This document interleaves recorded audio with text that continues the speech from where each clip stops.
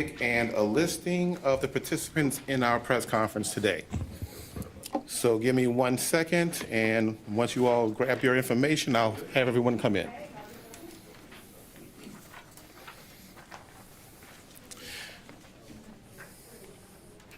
And at the conclusion of the press conference, we will entertain questions.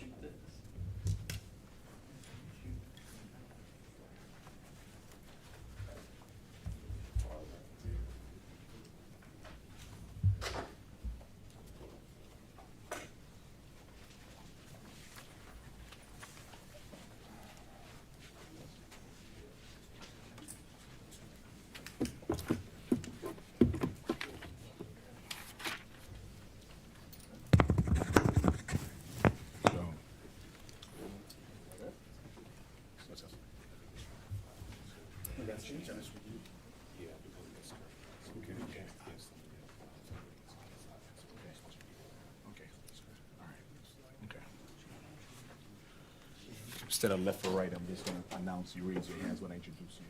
Okay, when I call your name. All right. Thank you, everyone, for coming here, being here today. Good afternoon, ladies and gentlemen. Now, before we start with the substantive start of this press conference, I'd like to introduce everyone at the podium. And I can't determine from my left or my right at this particular point, so I'll just call out some names. From the Louisiana Office of Alcohol and Tobacco Control, we have Commissioner Ernest P. Leger. And we also have Deputy Commissioner Beatrice Henderson. Also from the City of New Orleans of Criminal Justice Coordination, we have Tanisha Stevens, Criminal Justice Commissioner.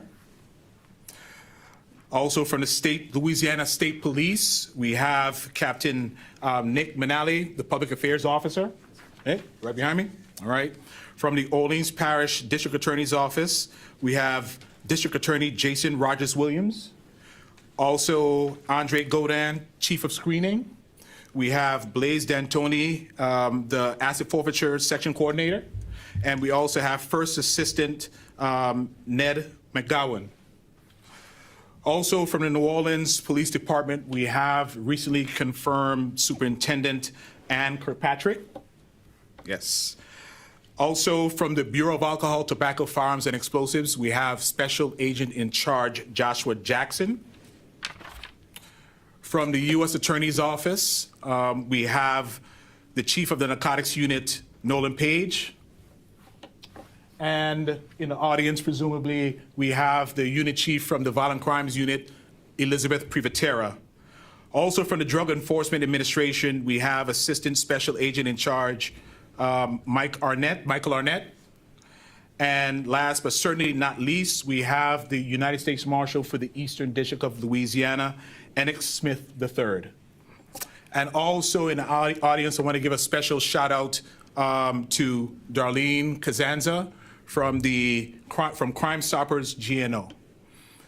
So out of our group, just to give you a heads up, we'll have brief remarks besides myself coming from SAC Joshua Jackson from ATF, District Attorney Jason Williams.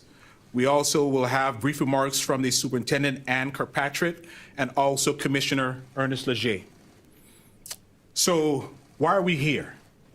Well, since July 24th of 2023, members of the Eastern District of Louisiana's law enforcement family have been working hard on Operation Big Easy. To implement the goals of the operation, ATF, in partnership with our office, along with the Drug Enforcement Administration, the United States Marshal Service, the New Orleans Police Department, the Louisiana State Police, and the Orleans Parish District Attorney's Office focused on identifying the most violent criminals and their associates in 7 targeted neighborhoods in Orleans Parish. ATF used its crime gun intelligence to identify the neighborhoods. The 7 neighborhoods identified are called target zones or firearms hotspots. The zones were created by law enforcement to identify trigger pullers and their associates to disrupt the shooting cycles in each targeted area. Another goal was to remove from the street firearms and ammunition that could potentially be used in other crimes. Each was the focus of the Operation Big Easy initiative because of the high concentration of National Integrated Ballistic Information Network, or NIBIN, firearms identified in each area, along with casings and shootings recorded. Now, before the initiative commenced officially, we met with the District Attorney's Office, and the purpose of that meeting was to reaffirm our standing agreement as to our adoption process. Adoption occurs when representatives from our respective agencies meet and decide and agree where certain defendants should be prosecuted, either at the U.S. Attorney's Office or at the District Attorney's Office. So the District Attorney's Office was a partner from day one, and Jason, thank you for that. In order to make sure that our data was consistent and accurate, ATF met with various law enforcement partners to discuss the logistics of the operation during weekly Friday meetings. During these meetings, participants updated each other, reviewed the successes or failures of the prior week's efforts, evaluated the results obtained, and provided guidance on the steps necessary to build longer-term investigatory spin-offs. The team then determined whether the matter should be best prosecuted federally or locally by the District Attorney's Office. Now, during the course of Operation Big Easy, ATF undercover agents successfully purchased firearms and narcotics from individuals in the targeted areas using various law enforcement techniques. ATF undercover agents utilized the intelligence gained from their investigations to collaborate with other federal and local law enforcement agencies. Now, this operation was not without tragedy, because a major contributor to this operation, an ATF special agent, suffered serious injuries during an undercover buy operation in Algiers. Our continued and heartfelt thoughts and prayers go out to that agent and his family. So far, 30 individuals via 17 indictments and 2 criminal complaints have been charged federally. Also, 11 individuals will be prosecuted by the Orleans Parish District Attorney's Office. However, there are 12 individuals that are still at large and are actively being sought by both federal and local law enforcement officials. 71 firearms were purchased and or seized during these undercover operations, along with an assortment of narcotics. Also, 1/2 kilogram of cocaine hydrochloride and crack was seized, 1/2 kilogram of methamphetamine, and over 2 kilograms of a heroin fentanyl mix, along with $34,443 in cash. Many thanks to our federal, state, and local law enforcement partners for their invaluable efforts, unrelenting vigilance, and selfless contributions to the Operation Big Easy initiative. Their efforts and dedication played a major role in the operation's overall success. When we work together and share information, good results occur. And to our community, rest assured that we will continue to combat violent crime throughout the Eastern District of Louisiana. Every resource and every force multiplier we possess will be used to accomplish that goal. Thank you. Now, I would like to turn the podium over to ATF Special Agent in Charge, Joshua Jackson. Thank you. Hey, good afternoon. My name is Joshua Jackson. I'm the ATF Special Agent in Charge for the New Orleans Field Division.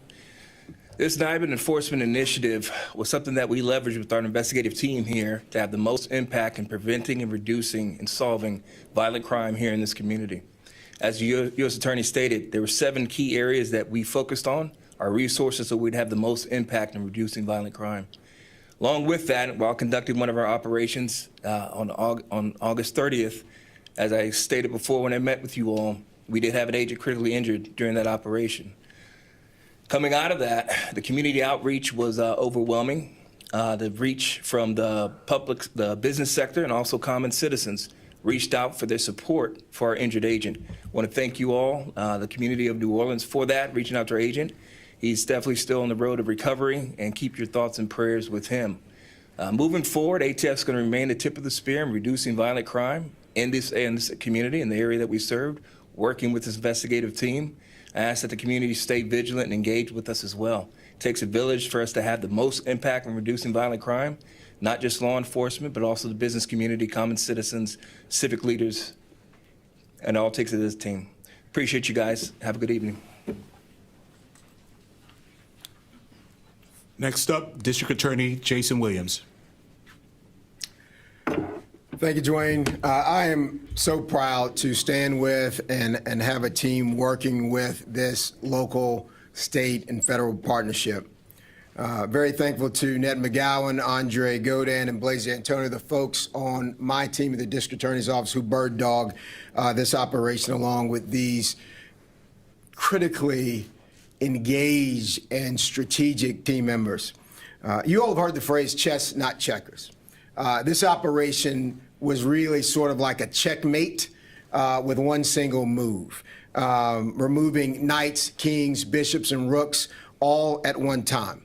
The results of this multi-agency operation has had and will continue to have an immediate and profound impact on the fight against organized criminal activity in this community, recognizing that we cannot make the change that we want to see in our community one arrest at a time and one prosecution at a time. We endeavor to strategically target our resources and our tools at large-scale operations, making a huge impact on the community.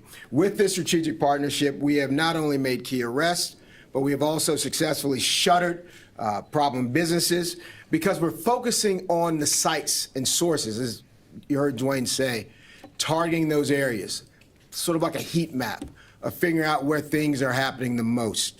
And that's our ultimate goal, making this community safer. This operation is a testament to what we can do when we work strategically and we pool our resources to really make the biggest impact for this community. It sends a very clear message to the people of this area. We're united, we're vigilant, and there is more to come. And one thing that Josh said that I want to echo, New Orleanians have to realize that they are the masters of their fate in this city. They are the captains of the soul of how we will live in this community. And that means we need businesses and we need citizens doing their part to work with the men and women who are making this happen. Thank you, Dwayne. Next up, New Orleans Police Department Superintendent Ann Kirkpatrick. Thank you. I first want to thank our federal partners, as well as the men and women of the New Orleans Police Department. What you're looking at, again, is the witness, the testament of what partnerships look like, what smart policing looks like. It is focused, it is intentional, and it provides results. And so I actually have met most of all of our partners, federal partners, and I thank you for welcoming me. And I actually know a couple of them from my own previous work. I happen to have been on the national board of crime gun intelligence for ATF. So I'm used to working with my federal partners. And again, I want to thank you because it is about partnership. And lastly, to thank our own men and women of the New Orleans Police Department for their work and participation in this operation, Big Easy. And next up, Commissioner Ernest P. Leger. Good afternoon, everyone. I just want to, first of all, thank the U.S. Attorney and the rest of our team for inviting our agency to participate in such an important task. As I look around and I see our partners, I'm reminded that in light of stories that we constantly find ourselves listening to about dysfunction at the state and local and federal level, this is what efficient and a partnership looks like among law enforcement, and this is the type of relationship that comes with results, as in this particular case. ATC is uniquely positioned to effectuate and be present regardless of the situation at any location that has its permits. And we have pledged through our partners to be a part of any and all investigations moving forward when they feel that that our services might be a valuable part of the tools used in order to bring about change. We're happy to jump in and do whatever we can, whenever we can, and excited about what the future holds. Thank you all very much for having us here. And I would like to say once again, Crime Stoppers issued a lot of assistance to this endeavor, especially when we had an issue with one of our agents. So Darlene, kudos and thanks to you and your organization for helping us out time and time again. So with that being said, we are here to answer a few questions as it pertains to, specifically to the initiative. Can you tell us a little bit about the different neighborhoods that y'all targeted? I know you mentioned that there were 7 different ones.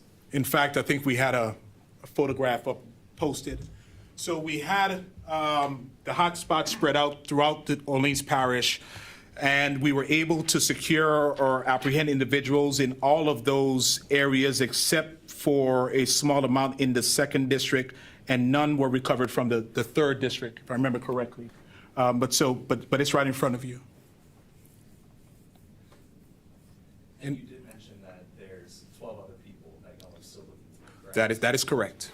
That is correct. Is there any details that you can give us on those 12 individuals? They are actually, in the first slide, I think we have a schematic. They're indicated in, it's an orange or blue square, in a green square of the names of the individuals that are currently at large. I think the breakdown is 7 on the federal side and 5 on the local side, state side. I'm sure this has been done in other cities before. Was there any other kind of operation you based this on, you kind of use as a blueprint for going about it? Definitely. Yeah, absolutely. So these types of initiatives, basically we're layering NIBIN data, trace data, and other crime gun intelligence so that when we bring the team together, we're very focused to have the most impact in these cities. We do these initiatives in other cities that are experiencing high levels of violent gun crime. So New Orleans was experiencing that, and this is not the end of it. This initiative doesn't mean that we're done and we're complete. We still have a lot more work to do. Collaboration with the new chief coming in. I've worked with her for many years in San Francisco when she was in Oakland. So it's a lot more to do, but these initiatives are done in a very focused, surgical manner so that we can have the most impact and the least disruption to the community while we're running these investigations. Yes, sir. You pointed to businesses being shuttered. Can you talk about where these guns were purchased? Are there businesses in the city where they were being sold out of? Which were they and which were shut? So I think this may be a three-head way of responding to the question. I'll start out with this. During the course of the investigation, it came to our attention that individuals were using storefronts or store locations to engage in criminal conduct. And through our partnership with the district attorney's office and their asset forfeiture section, they came up and basically hit upon a provision under state law in which we can get Ernest's agency to go in and administratively shut down the location or two. I don't know if we're there yet, but we've started the process. And that's thinking outside the box. You know, that was a surprise and news to me that we had the ability to do so, but it only came about because we had this partnership. So hopefully that answered your question. Yes, milady. Can you say whether you made any arrests in connection with the event that injured the agent in August? Oh, yes. In fact, if you have a copy of the press release, the 6 individuals, the first indictment, that was related to the injury for the ATF special agent. Yes. Thank you. And you had mentioned that you have some discussion as to whether it would be prosecuted by Williams' office or at a federal level. How do you decide when you're having that discussion who prosecutes these cases? No, it's actually easier than it appears to be, and it goes a long way when you know the person that you're dealing with and the agency that you're dealing with.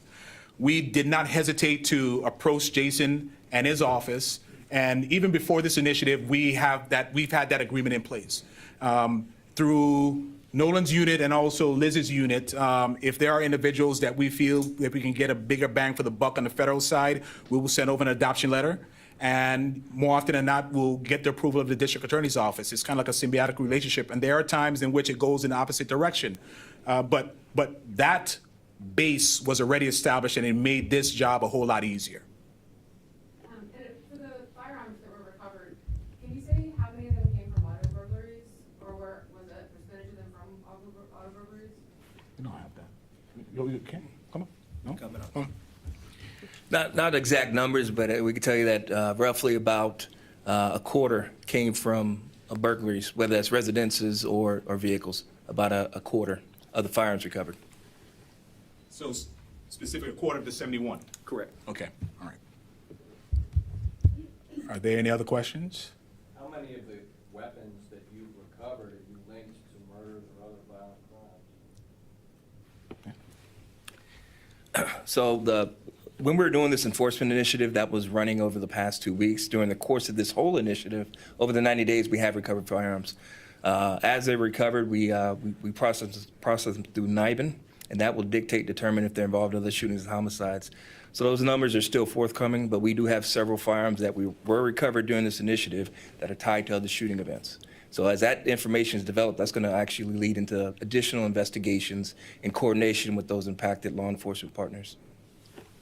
And if I could add something to that, I just want to make it clear that in addition to what we regularly and normally do, we were doing this behind the scenes. And since July, so over the course of 90 days, and despite the unfortunate injuries to the special agent, this group kept on going on behalf of the citizens of Orleans Parish. Any other questions? I'm sure you can't go into detail about it at all, but is there any future plans to do something like this again with the success you had over the summer? We are always trying to think outside the box, but it's, let's just say it's resource dependent. But we will be more than happy in the event that the situation arises. We do this, well, let me put it another way. We're doing this every day. It's just a matter of getting additional resources from other jurisdictions to come here. And New Orleans is not, or Orleans Parish is not the only area that is scrambling for additional resources. But this type of initiative has taken place in other jurisdictions over the past year or years. Okay? All right. Any other questions? All right, well, thank you. All right, thank you all.